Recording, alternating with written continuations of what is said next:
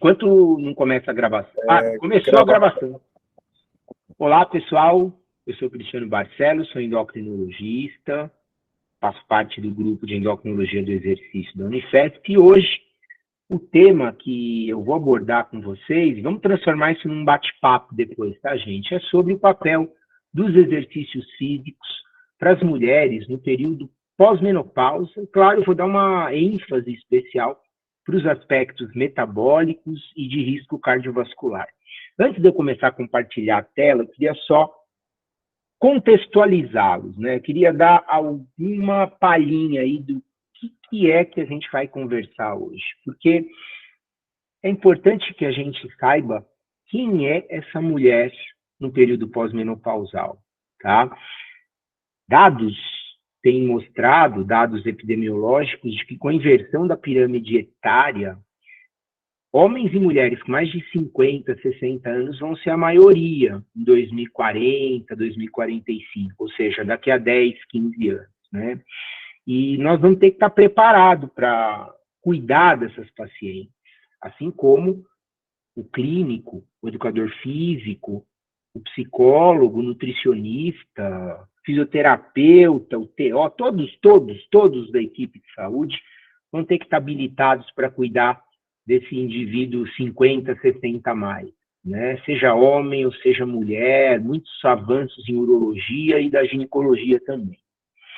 É importante lembrar que quando a mulher ela passa pela menopausa, ela vai ter os níveis de estrogênio sendo reduzidos muito rapidamente, né? E a sensação que eu tenho, eu vou passar um pouquinho para vocês na introdução da minha apresentação, é que o corpo da mulher, de acordo com a nossa genética, de acordo com os processos naturais, a sensação real que me dá é que ele não foi feito para funcionar sem estrogênio, gente. Claro que isso é um nível D de evidência, né, uma opinião pessoal, mas com a redução dos níveis estrogênicos, a mulher perde um excelente hormônio anti-inflamatório que está envolvido em questões musculares, ósseas, cardiovasculares, metabólicas, questões que envolvem a parte neurológica, neuro propriamente dita, com até evidências de que a mulher sem estrogênio passa a ter mais risco para desenvolver demências, doenças degenerativas cerebrais, assim como comportamentos neuropsíquicos, né? Problemas com sono, problemas de comportamento, mais chance de depressão. E, claro, não dá para sair aqui desse assunto na introdução sem falar que ela tem mais chance, inclusive, para as doenças oncológicas. Eu vou compartilhar aqui a minha tela agora. Marquinhos, você me ajuda aqui para eu saber que está todo mundo vendo a minha tela, tá bom? Então, tudo bem.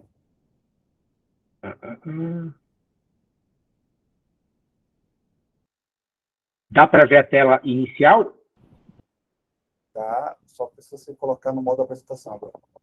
Perfeito. Bom, então aqui esses são os potenciais conflitos de interesse. Eu acredito que transparência, eu já vinha falando para o Marcos, aqui é uma questão muito importante. Para a apresentação não vai ter nenhum conflito de interesse, mas como a gente vai responder perguntas depois, é importante vocês saberem quais são e lembrar que essas empresas com as quais eu trabalho não dá nenhum palpite aqui no que eu converso nas minhas aulas, tá? Então, assim, lembrar, gente, que é o climatério, né? Climatério é uma palavra que a gente hoje não utiliza mais, ela ficou até meio pejorativa, porque significa mudança para pior, tá? Então, a gente tem hoje um hábito, né, de chamar esse tipo de quadro como perimenopausa, que nada mais é do que aqueles anos que antecedem a última menstruação da vida da mulher, que é a chamada menopausa, tá? E que a gente sabe que pode perdurar por alguns anos depois, 1 ano, 5 anos, 10 anos, 20 anos. Então, a perimenopausa cursa com alguns sintomas, que eu vou mostrar na sequência, e que tem um início antes da última menstruação, que é quando a menstruação começa a bagunçar, geralmente, e que pode perdurar anos a fio, ou alguns meses, vai depender de cada mulher, tá? A média de menopausa da mulher brasileira gira em torno de 51 anos, tá? Mas, se vocês pegarem qualquer livro, texto, qualquer artigo, menopausa, ela tem a perimenopausa em volta, né? Mas ela pode ocorrer, estou falando agora da última menstruação da vida, menopausa, de 45 até os 55 anos. Pelo menos 90% das mulheres passam por essa fase nessas idades aí. Tem aqueles casos de mulheres que chegam até os 60 menstruando, né? E existem aquelas mulheres que têm uma menopausa numa idade ainda aceitável, mas bem prematura, que seria dos 40 aos 45, e existe o quadro clássico da menopausa precoce, aí já tem um cunho patológico, quando ela ocorre antes dos 40 anos de idade. Bom, por que acontece isso, gente? Porque os folículos ovarianos são aquelas estruturas microscópicas do ovário que todo mês uma delas se desenvolve para liberar o óvulo e produzir hormônios.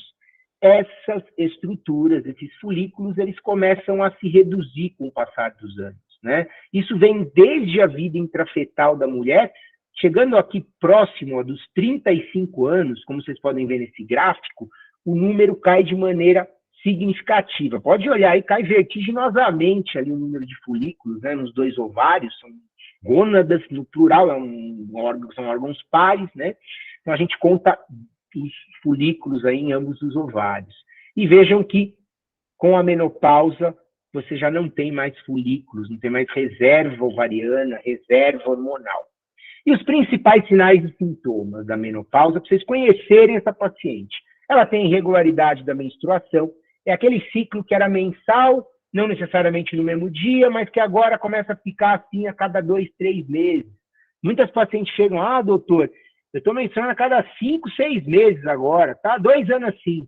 Aí você espera, pede para ela ficar tranquila, que ela já provavelmente está próxima da última menstruação da vida dela. Para eu dizer que foi menopausa, gente, eu tenho que esperar 1 ano, exatamente 12 meses, para dizer que a última menstruação dela foi a menopausa, tá? Isso é uma coisa teórica, conceitual, porque o que importa é a reserva ovariana, que já está muito baixa, mas o conceito, a definição, principalmente aqui para os residentes, é fundamental para vocês terem em mente aí. Além disso, as mulheres têm sintomas vasomotores, aquelas ondas de calor transitórias que duram 15, 10, 20 minutos, depende de cada caso. Elas vêm e vão sozinhas, ou seja, são autolimitadas. Durante o dia, atrapalham muito o dia a dia da mulher, né, as atividades rotineiras, e à noite dão uma baita de uma insônia. Então, você já imagina, sem estrogênio, já tem um problema com sono. Com os fogachos, esse problema fica elevado ao quadrado, tá? Dura mais ou menos 2, 3 anos, mas isso é muito etnia dependente, né? As mulheres africanas são aquelas que têm sintomas por mais tempo, chegando a 7, 10, às vezes 13 anos pós-menopausa. E aqui uma coisa que chama atenção, as proteínas de colágeno, né? E eu não estou só falando da pele, de beleza, né? São os elementos do sangue, a gente está falando das articulações também. Gente, tem uma redução de 30% do colágeno nos primeiros 3 anos. Só lembrando, vocês sabem bem, depois dos 30 anos, a perda de massa livre de gordura é de 3 a 8% por década. Lembrar que com 40 anos de idade, a mulher já perde massa óssea, ela começa a perder 1% de massa óssea por ano. Dos 40 até os 50, a mulher perde em média 10% da massa óssea já. E ela nem passou pela menopausa. Então, vocês imaginem ali e façam uma analogia com aquela queda do número de folículos que eu mostrei, que ocorre já a partir dos 35 anos, tá? Da mesma maneira que ocorre uma redução estrogênica, você vê também uma redução de massa óssea ali. Tudo que eu já vinha falando está aqui, a redução da massa óssea predispõe à osteoporose, que nada mais é um risco aumentado por fraturas, por fragilidade óssea. Vem com isso dores musculares, artralgias, ou seja, dores pelo corpo todo, problemas tanto de ordem neurológica, mas psíquica, né? A gente vê aqui problemas cognitivos, como, por exemplo, redução de memória, questão de raciocínio, tudo atrapalha, independentemente da insônia. Se a gente puser a insônia nesse pacote aí, ela também, por si só, vai piorar a cognição. Isso tudo associado à depressão, associado a problemas de sexualidade, seja redução da libido sexual, seja relacionado também à atrofia vulvovaginal, né? A mulher que tem muita dor, tem muito problema ao coito, à relação sexual também, às vezes com feridas, com fissuras, ela tem mais chance de infecção de urina de repetição, de incontinência urinária, ou seja, uma série de problemas. Então, vocês imaginam a qualidade de vida de uma paciente que tem uma grande parte desses sintomas aí, né? Não necessariamente a paciente vai ter tudo isso, claro que não, para ter uma má qualidade de vida.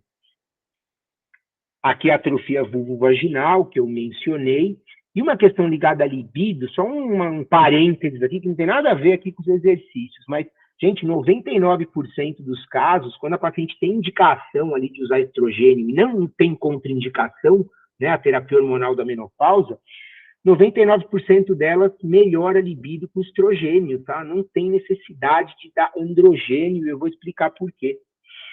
Só que, além disso, um quadro clínico que se comenta muito, né, na perimenopausa e principalmente no pós-menopausa, é o tema do nosso bate-papo de hoje ligado ao exercício, que é o aumento da gordura visceral, que é inflamatória, que leva ao aumento da resistência insulínica, que vai predispor a paciente à síndrome metabólica, né, pré-diabetes e diabetes, que é a hiperglicemia, alterações do perfil lipídico, alterações de pressão, né, tudo que vem junto do aumento da área de gordura visceral. Tá? E isso predispõe a um aumento de risco cardiovascular importante. Então, como vocês olham nessa figura aqui da esquerda, quando a paciente tem todos esses sintomas que eu mostrei, a gente está vendo ali o topo do iceberg. Mas o que tem por trás disso? O que tem lá nos bastidores, no underground, lá embaixo? Tem a redução do estrogênio, e aqui eu estou falando do estradiol, o E2, que é o principal estrogênio da idade reprodutiva da mulher, é o mais potente deles também, é anti-inflamatório, e como eu falei, é o grande combustível para o funcionamento do organismo feminino, né? Mas, poxa, é só a redução do estradiol, Cris, que faz isso? Não, na verdade, gente, o que a gente sabe, olhem para mim aqui, é que os ovários, logo depois da menopausa, eles param de produzir estrógeno rapidamente, mas as células dos folículos, que estão ali ainda quiescentes, elas conseguem produzir pouquinho de testosterona, é bem que é pouquinho mesmo, né? A mulher na idade reprodutiva faz pouca testosterona, mas mesmo depois da menopausa, o ovário produz pouquinho de testosterona, essa mesma quantidade, durante pelo menos 5 anos. Então, o que a gente vê? Andrógeno até se mantém e existe uma redução da quantidade de estrogênio. Então, existe uma redução da relação estrogênio-testosterona. Em outras palavras, se eu relativizar, e relativizar é o correto, a mulher, no pós-menopausa, ela tem relativamente mais testosterona do que na idade reprodutiva. A mulher na menopausa, ela já é hiperandrogênica. Aí, poxa, vai alguém e põe um chip da beleza, uma gestrinona, vai e põe naqueles implantes de testosterona, ou dá testosterona, até injetável, muitos absurdos que a gente vê para essas mulheres. O que vai, sem dúvida, vocês conhecem bem, vocês estão participando aí ativamente do Bomba Tô Fora, todos os problemas que essa mulher vai ter, né? Inclusive os problemas metabólicos e de risco cardiovascular. Então, existe redução de estradiol e principalmente da redução de estradiol-testosterona. Gente, testosterona, se a gente tem relativamente mais testosterona naquele organismo feminino, vai haver hipertrofia e aumento da deposição de gordura visceral, tá? Quando a gente vê aquelas mulheres com síndrome de ovário policístico, são jovenzinhas que têm muita testosterona, aumenta a gordura visceral também. Não é o caso dessas pacientes aqui, elas já não são tão jovenzinhas, mas elas têm um corpo relativamente hiperandrogênico quando eu comparo com o estrógeno. E a gordura visceral vai predispor a resistência insulínica, a síndrome metabólica e o excesso de gordura no fígado, no pâncreas, no coração, levando o quê? Ao risco de cirrose, risco de diabetes, respectivamente falando. A esteatose cardíaca, por si só, aumenta a chance de insuficiência cardíaca, aumenta a chance de doença coronariana, no rim aumenta a chance de hipertensão, tá certo? Então, essa gordura que não fica no tecido adiposo corretamente, que fica na região que não tem mitocôndria para queimá-la, para oxidá-la, né? É a que a gente chama de gordura ectópica, que é lipotóxica e causa inflamação, causa uma série de problemas de modo sistêmico na mulher. Gente, para ter uma ideia do risco, né, de resistência insulínica e síndrome metabólica, acompanhem aqui. Independentemente do critério usado para síndrome metabólica, pode ser do ATP3 em cima, ou do IDF, que sumiu aqui no slide, mas é aqui o de baixo, né? A mulher, ela tende a ter um risco que é entre 2 e 3 vezes maior de ter síndrome metabólica na pós-menopausa, se eu comparar o período da idade reprodutiva dela. E, gente, ela tem muito mais chance de ter síndrome metabólica, e síndrome metabólica aumenta o risco cardiovascular em 200 a 400%. Então, vocês estão vendo a importância cardiometabólica que tem essa paciente para ela ser cuidada da maneira adequada. E eu vou querer falar aqui do papel dos exercícios para isso. Nesse contexto, gente, o exercício, o estrogênio, são ótimos anti-inflamatórios. E essa mulher no pós-menopausa, ela tende a ficar inflamada. Primeiro, porque com a redução do estrogênio, ela já tem mais inflamação. Com a redução do estrogênio e da relação estrogênio-testosterona, ela tem mais gordura visceral e ectópica. Aqui é só para vocês verem, do lado direito que eu estou mostrando, depois da menopausa, a falta do estrogênio predispõe em várias frentes, em várias vias, a um estado hiperinflamatório. Esse é um estudo que comparou os níveis de interleucina 1-beta, à esquerda, e de uma outra citocina inflamatória que vocês conhecem bem, que é o TNF-alfa. Nessas barras, vocês vão ver o grupo 1, que é o grupo controle, e grupos das outras barras, né? São os grupos que passaram pela menopausa natural ou cirurgicamente. O grupo 3 e 4 ali, que é a tabela da direita de cada um dos gráficos, é só um mix, uma combinação dos grupos 3 e 4. Então vejam que os níveis, as concentrações médias de ambas as interleucinas é muito aumentada depois da menopausa, não importa se foi cirúrgico ou não o processo. E o próprio envelhecimento, gente, vocês conhecem o termo, entre aspas, inflammation, né? Depois dos seus 55, 60 anos, já começa um quadro de inflamação. Gente, inflamação pela obesidade, inflamação, obesidade visceral, pelo hipoestrogenismo, pelo envelhecimento, no caso da mulher, pela redução do estrogênio, vocês acham que essa mulher vai ter baixo ou alto risco para fazer uma sarcopenia? Sarcopenia está associada ao aumento de risco para a morte por todas as causas, tá? Agora, a gente precisa diminuir essa inflamação nessa paciente. Eu já falei, vocês sabem bem, o exercício, ele é talvez o mais potente dos anti-inflamatórios que existem, como ferramenta terapêutica, né? Isso para aquele paciente que faz exercício de maneira regular, que não entra na RED, né? Que vai ter uma quantidade, uma carga de exercício adequada, né? Isso influencia até na imunidade, poxa vida. Agora, eu preciso que aquela senhora que vai lá para o nosso ambulatório, onde alguns de nós aí estarão agora à tarde, né, depois das 2 horas, como é que eu vou abordar esse assunto com a paciente?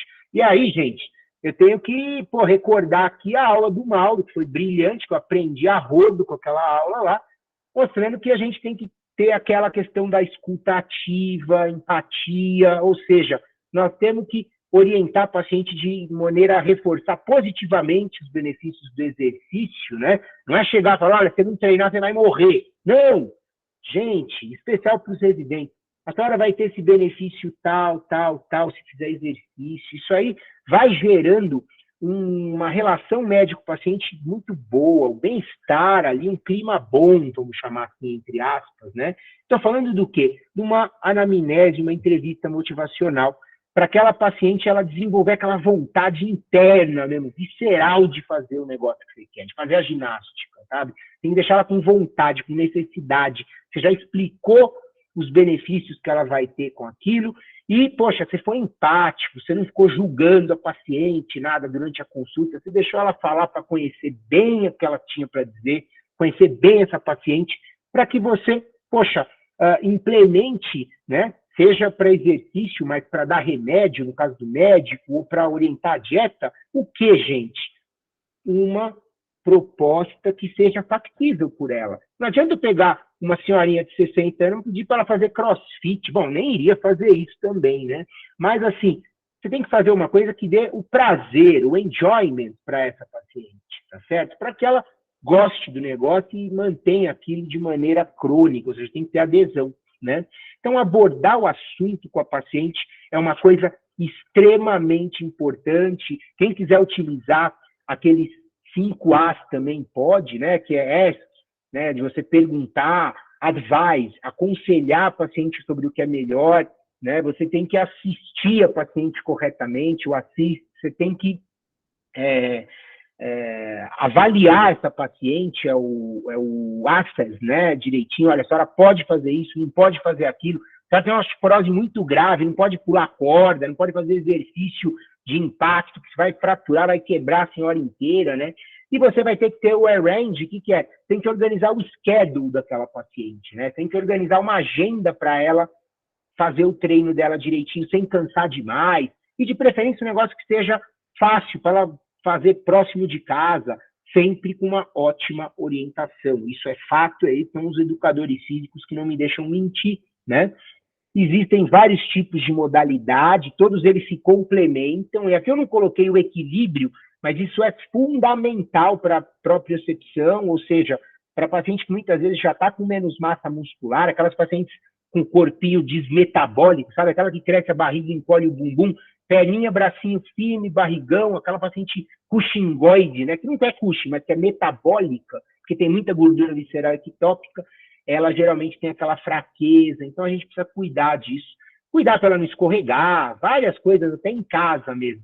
Para preparar essa mulher para pegar uma compra de supermercado, para pegar o netinho, para limpar a casa, para fazer as atividades do dia a dia também. Tá? Então, exercícios aeróbios e resistidos, que são os mais populares, tem que fazer flexibilidade, alongamento, que é diferente de flexibilidade, que não está aí. Se ela puder fazer relaxamento, aquela que tem o fogacho também é importante, e os de equilíbrio que eu falei. Agora, quando a gente vai para os estudos científicos, né, sobre a prática, sobre a realização dos exercícios na menopausa, gente, aí nós nos deparamos com um problema. São poucos estudos na literatura, estudos com N bem baixinho, assim, coisa de 20, 30 pacientes estudadas, às vezes no máximo. Você vê estudo com 8, 10 mulheres, muitas vezes, em cada grupo.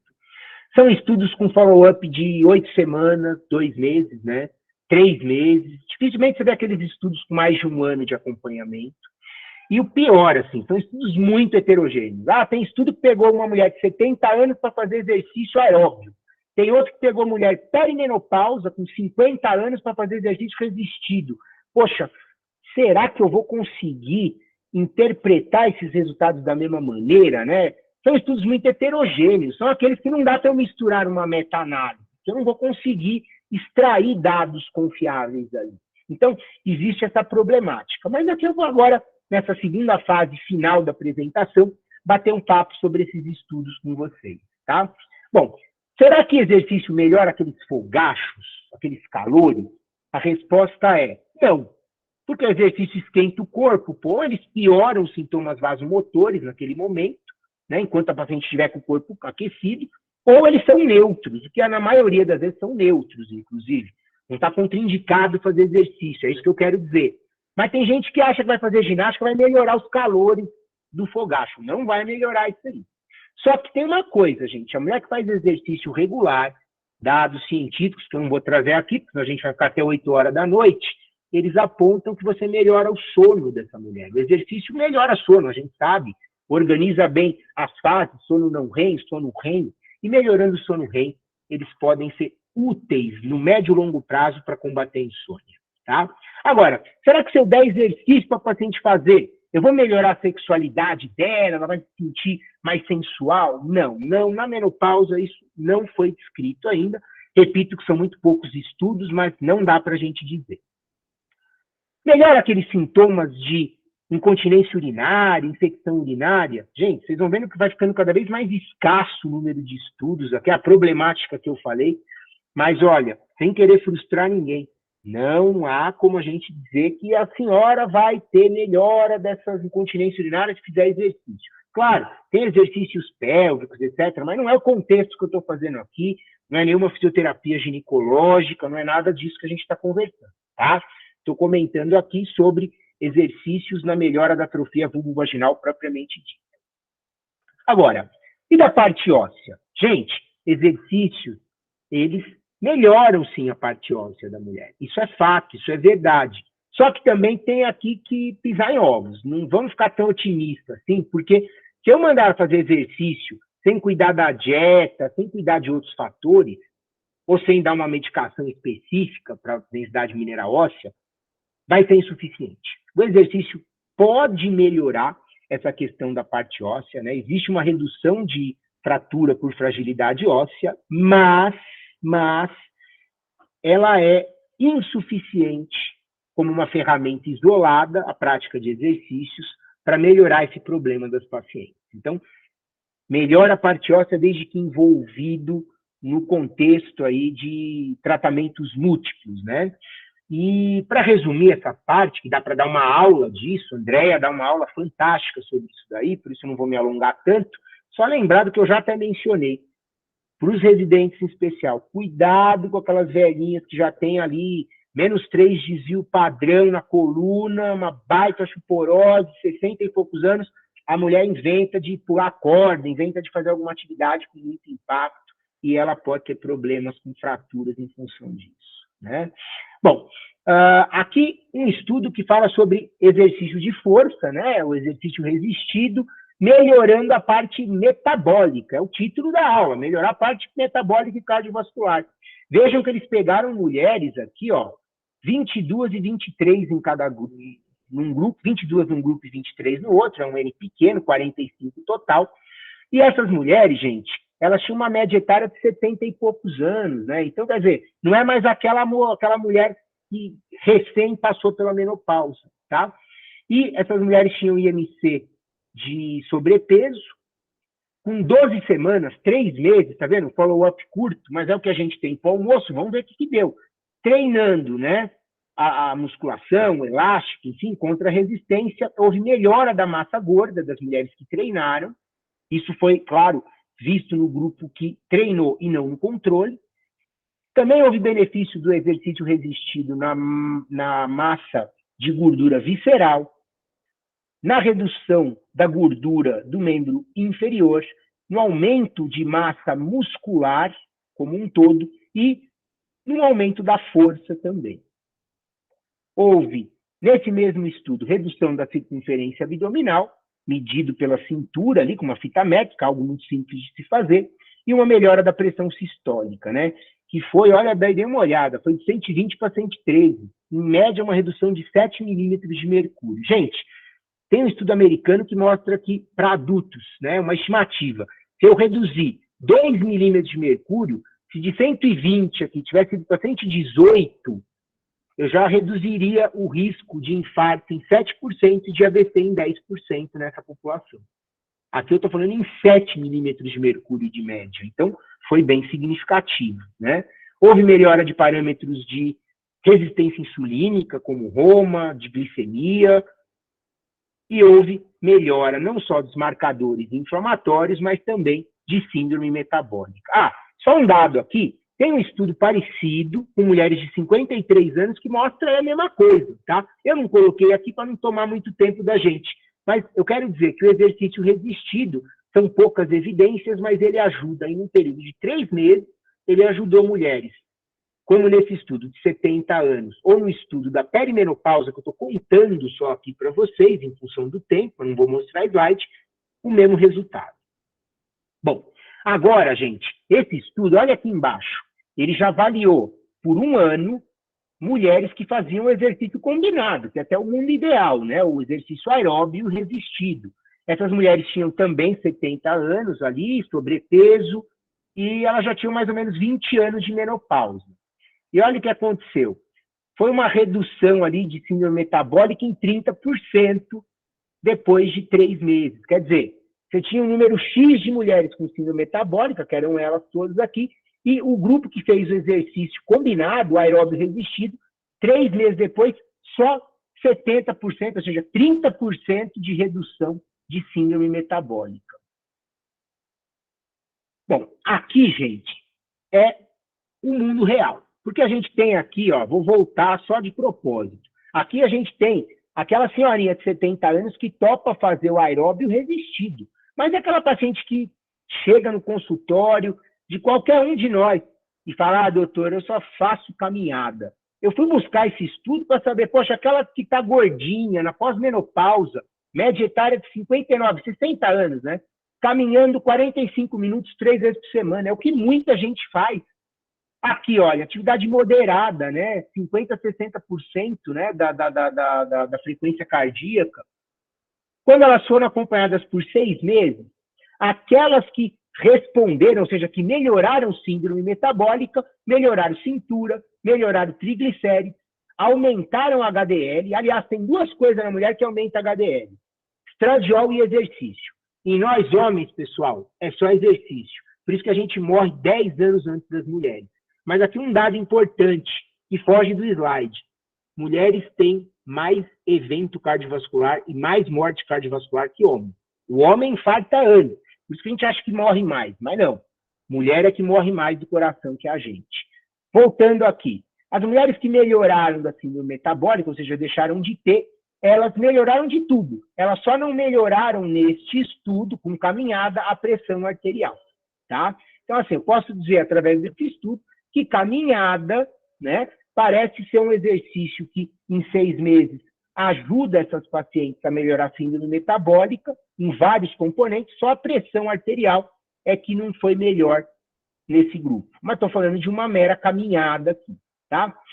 Lembrar para vocês que muitas das pacientes da pós-menopausa, gente, tiveram câncer de mama, né? 4% das mulheres morrem, inclusive, de câncer de mama.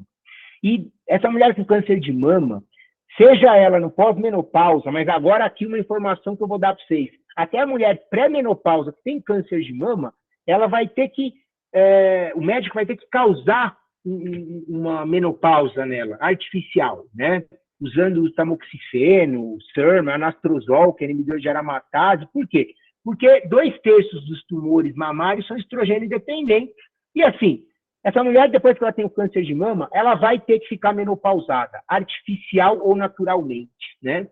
E ela tem mais risco cardiovascular, tem mais risco de síndrome metabólica. E nesse estudo, olha, que durou 1 ano, as mulheres que tinham uma boa ideia, que 51 anos de idade média, né, de média etária, dessas 32 mulheres, houve uma redução significativa da quantidade de mulheres com síndrome metabólica. No começo, todas as 32 pacientes tinham síndrome metabólica. 1 ano depois, só 62% delas tinham síndrome metabólica. Uma boa melhora, tá? E, claro, aquela novidade, né? Uma das coisas para explicar isso, além da melhora energética, etc., né? Além dos benefícios do exercício independente de gasto calórico e tudo mais, os efeitos anti-inflamatórios, a gente tem que, quem faz exercício, e aqui foram exercícios aeróbios e resistidos, no período de 4 meses, de 16 meses, que dá mais ou menos 1 ano e 4 meses, essas pessoas, essas mulheres que tiveram câncer de mama, tiveram a produção de proteínas chamadas MOTS. O que são essas MOTS? São proteínas que vêm da mitocôndria, tá? Que ajudam a queimar melhor a glicose, ajudam no metabolismo lipídico de oxidar gordura e, por conseguinte, tem uma ação citoprotetora, tá bom? Então, isso é muito importante. É uma coisa, um conceito mais novo que a gente tem vivenciado, vale a pena para os residentes, aí para todos darem uma olhada. Eu tenho esse artigo para quem quiser, e tem um monte de artigos sobre isso já, mas eu queria lembrar para vocês que os exercícios, aqui a mistura deles, aeróbios resistidos, aumentaram as proteínas em mulheres não hispânicas, proteínas essas que vêm da mitocôndria, tá? Nas mulheres hispânicas, americanas, onde foi feito esse estudo, né, que foi dos Estados Unidos, não foi observada essa melhora, a gente não sabe por quê. Mas a verdade, gente, é que para melhorar a inflamação dessas mulheres no pós-menopausa, se o sedentarismo causa inflamação e agrava a situação dela, é uma doença, né, vai se configurar assim, o exercício é remédio. E aqui eu me despeço aqui da minha tela, dos meus slides, e vou parar de compartilhar a tela para ver a carinha de vocês aqui. Podem abrir as telas de vocês. Eu acho que eu consegui, Marquinhos. Deu? Beleza. Maravilha, maravilha. Agora está na hora de pegar outra caneca que acabou a combustível dessa. Vamos lá. Oi, Cris, foi ótimo, foi ótimo. Você fez uma revisão super boa. Eu queria que você falasse também um pouquinho, aproveitando aí de vocês, toda a sua expertise em ginecoendócrino, você comentasse um pouquinho sobre a reposição, né, o uso do etinilestradiol ou do estradiol, tá? Fala um pouquinho sobre isso para a gente. Eu sei que você é fera nisso. Não, perfeito. Olha, agora a gente vai falar de tratamento medicamentoso, tá, pessoal? A pedido da Andréia aqui, mas é extremamente relevante. Gente, toda mulher precisa fazer terapia hormonal de menopausa? Não, decididamente não. Mas a gente sabe que grande parte delas acabam tendo sinais e sintomas. Como é que o médico decide quem que vai precisar de hormônio? Ele vai avaliar o risco e o benefício de utilizar hormônio para essas mulheres, tá? Só lembrando que essas mulheres elas vão ter principalmente a carência do estrogênio. Mas o estrogênio, se eu der isoladamente, uma paciente que tem o útero ali na barriga dela, né, ela vai ter uma proliferação de endométrio e vai ter um risco grande de hiperplasia e câncer endometrial. Então, para aquela mulher que não tirou o útero ainda, a mulher não esterectomizada, que é a grande maioria, elas vão precisar de estrogênio e de um progestagênio, né? O progestagênio, que é nada mais do que uma progesterona sintética, né? Um esteroide que tem ação de progesterona, a progesterona antagoniza os efeitos proliferativos do endométrio, do estrogênio na camadinha interna do útero, que é o endométrio. Agora, que tipo de estrogênio eu utilizo, né? Eu vou utilizar o estradiol, que é igualzinho ao 17-beta-estradiol que o ovário fabrica, ou vou usar o etinil-estradiol. Você põe um CH3 ali da química orgânica, todo mundo lembra esse troço aí, né? E você vai fazer com que esse estradiol ele não seja degradado já de porrada na primeira passagem pelo fígado, né, no medicamento via oral. Por quê? Quando eu uso estradiol, eu fico à mercê do meu fígado, né? A paciente toma, esse comprimido vai ali ser metabolizado no fígado e 99% do estradiol é degradado, é destruído pelo fígado. Só vai ter 1% circulando. Agora, quando eu uso etinil-estradiol, que tem muito em pílula, vocês vão entender por quê, o etinil-estradiol, ele permite a degradação aí de pelo menos uns 50% desse estradiol na primeira passagem, mas você mantém 50% circulando. Então, você não vai ter efeito de primeira passagem estrogênica no fígado, né? Primeira passagem hepática, com etinil-estradiol das pílulas. Porque você vai ter 50%, depois 25%, 12,5%, 6,25%, 3%, tá. Quer dizer, esse estrogênio vai passar 6, 7 vezes pelo fígado para ser degradado. Logo, o poder estrogênico do etinil-estradiol é muito maior que do estradiol. Seja para fazer coisa boa, como aumentar HDL, mas para coisa ruim também, pode dar trombose, meu Deus do céu. E o etinil-estradiol, ele aumenta o risco de trombose em pelo menos 400% em relação ao estradiol. Então, Andréia, você sabe disso, mas só para a gente ilustrar para todo mundo, né? Não utilizar nunca etinil-estradiol para essas mulheres já no pós-menopausa. Se for utilizar o estradiol, tá certo? A maioria dos medicamentos via oral, né? Aliás, todos os medicamentos via oral para pós-menopausa são de estradiol. E ainda, além disso, existem, para dar segurança maior ainda contra a trombose, existem medicamentos no pós-menopausa que são parenterais. A gente tem os percutâneos, né?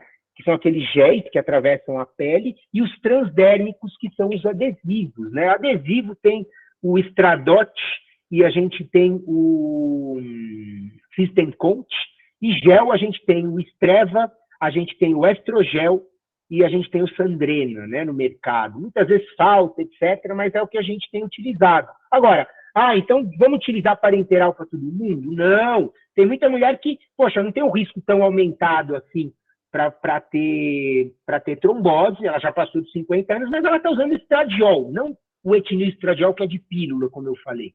Usando o estradiol, gente, via oral, você vai ter um benefício que o transdérmico lá não tem, que é aumentar a HDL, principalmente a fração HDL2, que é uma coisa que o exercício faz também. Você vai diminuir a LDL em 25%. Você vai diminuir e muito a resistência insulínica hepática, muito mais do que do transdérmico. Então, você vai ter que colocar numa balança para aquela mulher se pode ou não fazer ATH, se precisa ou não fazer ATH, né? Lembrando que as contraindicações formais são várias, principalmente antecedente pessoal. Se ela já teve trombose ou câncer de mama, aí nunca vai usar, dentre outras contraindicações. Agora, que tipo de TH vai usar? Se enteral ou parenteral? E aí vai para a parte do progestagênio, tem vários tipos, né? E é o que dá realmente a cara do remédio, é o progestagênio, porque a gente tem progestagênios que são derivados da testosterona, da progesterona, e progestagênios, um só, a drospirenona, que é derivada da espironolactona, que é a aldactone também.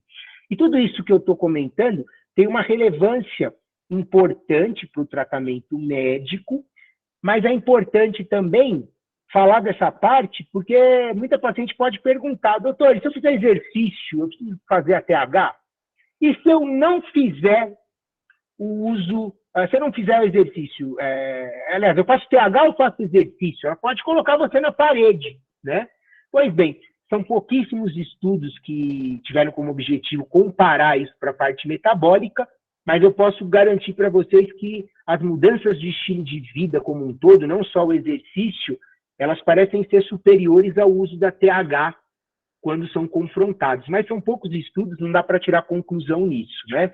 A verdade é que a gente não vai entrar naquela noia de ficar, faz exercício ou TH. Não, são tratamentos independentes e a mulher pode ter muito benefício se ela for usar TH, tendo indicação e não tendo contraindicação, e fazendo exercício ao mesmo tempo também, né? Uma coisa não invalida a outra, como eu fiz aquele antagonismo no início, mas não tem polarização nesse setor aqui não, gente. Andréa, você quer que eu faça algum outro comentário ou respondi a questão? Eu acho que foi ótima a resposta, para ficar bem clara essa diferença do etinilestradiol e do estradiol. E acho que, se você puder falar um pouquinho, Cris, daquela fase que algumas mulheres apresentam, assim, uma menstruação, um ciclo menstrual bem regular, com sangramento, da perimenopausa, né? O que é melhor usar nesse momento?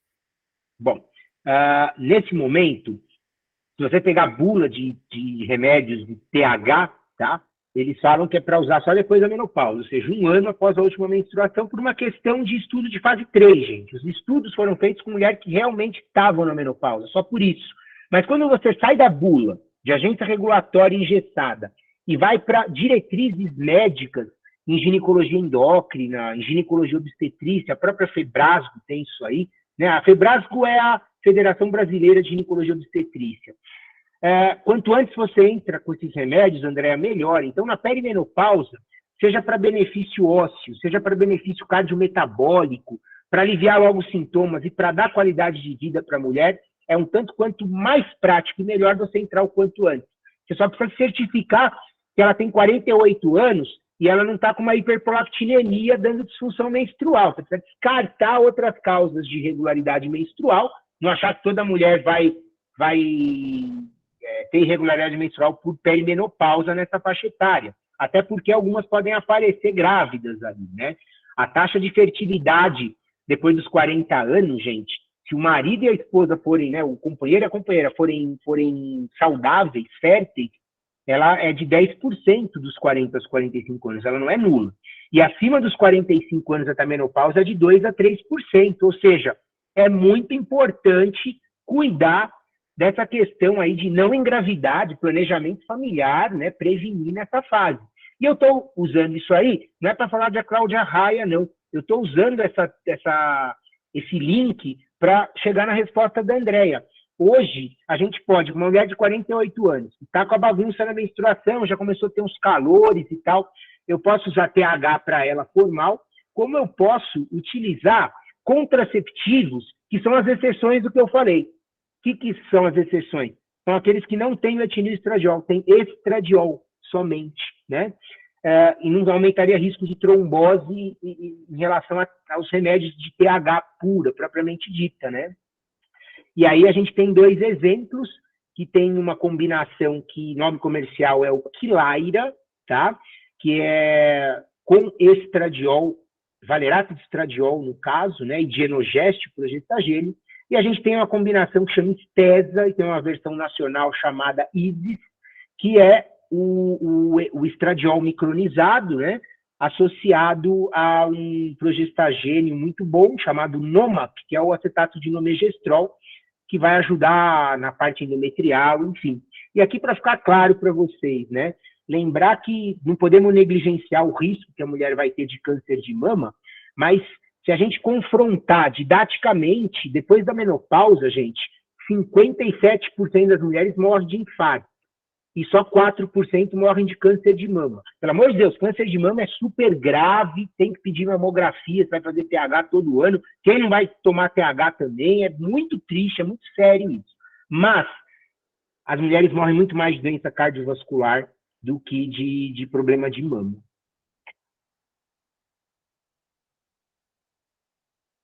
Obrigada, Cris.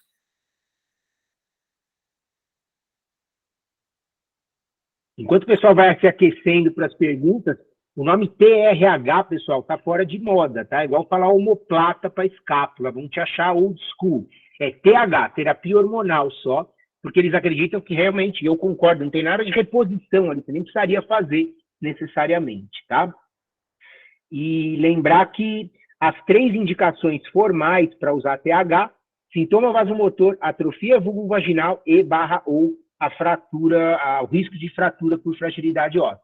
Além, é claro, das mocinhas que vão ter menos de 40 anos e que acabam tendo a menopausa precoce.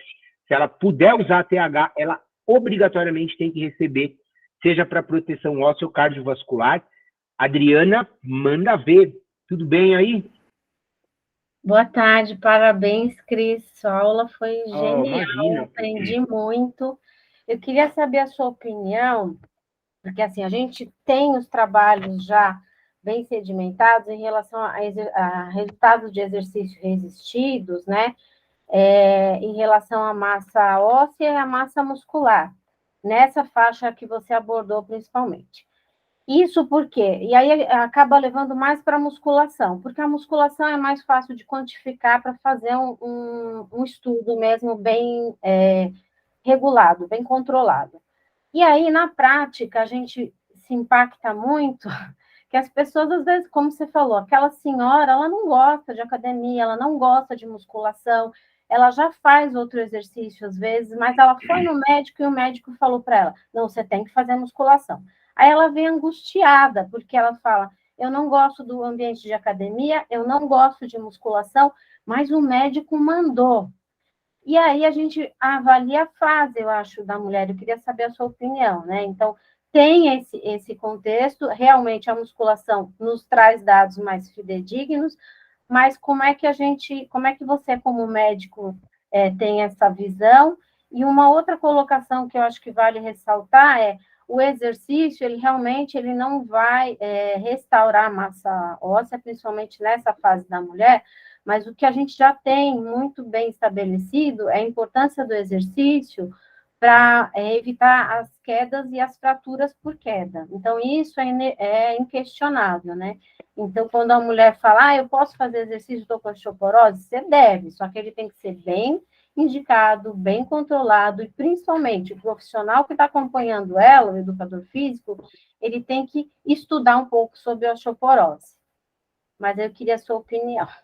Perfeito, Adriana, suas colocações foram excelentes, né? Não são nem perguntas, é um bate-papo, como tem que ser mesmo. Então, vamos lá. É bem o exemplo que você falou mesmo, o exercício resistido, levando a esses benefícios de evitar queda, porque melhora a massa muscular, etc. Afinal, osso e músculo é igual arroz e feijão, né? A gente não deve separá-los. Então, vamos lá. Aquela mulher que tem o corpo desmetabólico, né, a barriguinha, tal, perninha, bracinho fino, pouca massa muscular, ela tem mais tendência, mais chance de ter isso. E como é que eu me saio com isso do consultório? Eu oriento que ela tem que ter esse exercício. eu explico na linguagem dela no consultório a questão do exercício de força, que não necessariamente, aí vocês que são educadores físicos é que podem me corrigir para me ajudar e para nos ajudar. Eu costumo dar a seguinte visão para elas no consultório, tentando seguir pelo menos um pouquinho do que eu aprendi com o Mauro na aula dele. Falo, poxa vida, olha, esse exercício, a senhora não precisa necessariamente estar num ambiente de academia que a senhora não gosta, a senhora precisa ter um orientador, um bom orientador, alguém que tenha tem que o santo tem que bater, né? Tem que ter empatia, toda aquela coisa. Mas assim, eu dou até exemplos no consultório, olha, a senhora pode fazer exercício na sua casa, com a orientação do profissional, pode pegar um elástico, imagina que tem um elástico aqui, aí eu imagino, passo, levando a cadeira no consultório, imagina que você tem aqui um elástico, eu piso ali, tem que fazer, vou fazer esse músculo aqui, ó, que a gente chama de bíceps, esse aqui e tal, tal. Eu tento explicar isso, eu vou ali na parede, minha parede já está tudo suja, porque eu fico, ó, fazendo isso aqui, você vai fazer o outro músculo, tal, tal. Ou seja, dá para você fazer esse exercício sem você precisar ouvir o som alto ali da balada da Smart Fit que tem lá na tua casa, não precisa disso, né? Porque isso vai ser importante e tal, esperando que ela encontre um profissional acessível e conhecedor do assunto, alguém que a motive também, e esperando que algumas semanas depois, quiçá alguns meses depois do início, ela realmente comece a provar do benefício. Essa mulher, pô, a chance dela parar vai ser muito menor. Agora, eu que te pergunto, eu não sei se essa minha abordagem ela pode ser melhorada, ou se ela é adequada nesse sentido, mas eu oriento sempre, muito, e eu costumo usar esses artifícios aí para orientar. Eu vou sempre por esse caminho. Eu penso que antes de você indicar o exercício ideal, você tem que partir do que você suporta fazer. É o que eu uso aí na prática do ambulatório. O que você suportaria fazer, o que cabe na sua rotina, o que cabe no seu bolso, para depois a gente tentar casar com as evidências científicas. Porque a evidência científica, eu brinco, tem tudo muito controlado, às vezes são ratinhos de laboratório, que não tem nenhuma variável ali que a gente encontra muitas vezes lá no ambulatório. Então, é importante tê-las, porque elas são os nossos referenciais, lógico, mas a gente tem seres vivos e com várias questões que o Mauro abordou aí e outros profissionais aqui já abordaram. Então, eu vou de encontro aí o que você está falando. O que você consegue fazer, o que você suporta, para daí a gente direcionar e indicar a melhor coisa que ele vai aderir, porque o importante é aderir. O bom cliente, o bom paciente é aquele que vai pagar e fazer academia, não só pagar para nós, né? Para os donos de academia, maravilha ele pagar. Exatamente. Marquinhos, antes de passar para você, só lembrar uma coisa que você apontou muito bem, porque a gente tem trabalhos no SUS e tem trabalho no ambiente privado. Então, realmente, Adriana, é muito importante isso, porque no ambiente privado é isso que eu faço, mas quando eu estou no SUS, né, fiquei 18 anos dando aula na PUC, lá em Sorocaba, é SUS do hospital, pô. Então é bem difícil da gente ter essa assessoria, coisa que agora que eu estou recém-chegado no ambulatório, eu vi você, por exemplo, orientar aquela paciente aquele dia, com a almofada lá, lembra? Será que ela vai fazer dorsal, tal, quer dizer, para mim é um mundo totalmente novo e às vezes, eu sugo a informação igual uma esponja, porque eu fiquei 18 anos sem ter educador físico comigo no ambulatório, né, de obesidade, de diabetes, de climatério. Então, assim, é muito importante essa questão econômica e social. Obrigado aí pelos comentários que você fez. Marquinhos, vai lá. Legal. Parabéns mais uma vez, viu, pela aula. Muito enriquecedora. Cara, a minha dúvida em relação à parte desse processo de perda de função feminina ao longo do tempo, era para falar sobre a questão não somente da osteopenia, mas também da sarcopenia. Eu sempre tive a dúvida em relação ao conceito mesmo nas mulheres. Por exemplo, a gente sabe que a sarcopenia, né, que é a redução da massa muscular e redução de função, né, da parte da funcionalidade, mas eu sempre tive dúvida se dor é um sinal, é um sintoma da sarcopenia. Você consegue falar um pouco sobre isso, abordar um pouco essa questão? Assim, olha, Marquinhos, bom, você sabe bem, todos sabem aí, o conceito atual não é nem de falar osteopenia, nem sarcopenia, é osteosarcopenia, né? A redução de massa óssea geralmente está bem agregada à sarcopenia. Eu nunca li nada a respeito sobre dor fazer parte do diagnóstico da sarcopenia. Ele não entra no critério, seja nos critérios mais antigos, seja no critério do menino de Florianópolis, de Santa Catarina, lá que vocês conhecem, né, que avalia a circunferência, o SARC-S, circunferência da panturrilha, tal. E assim,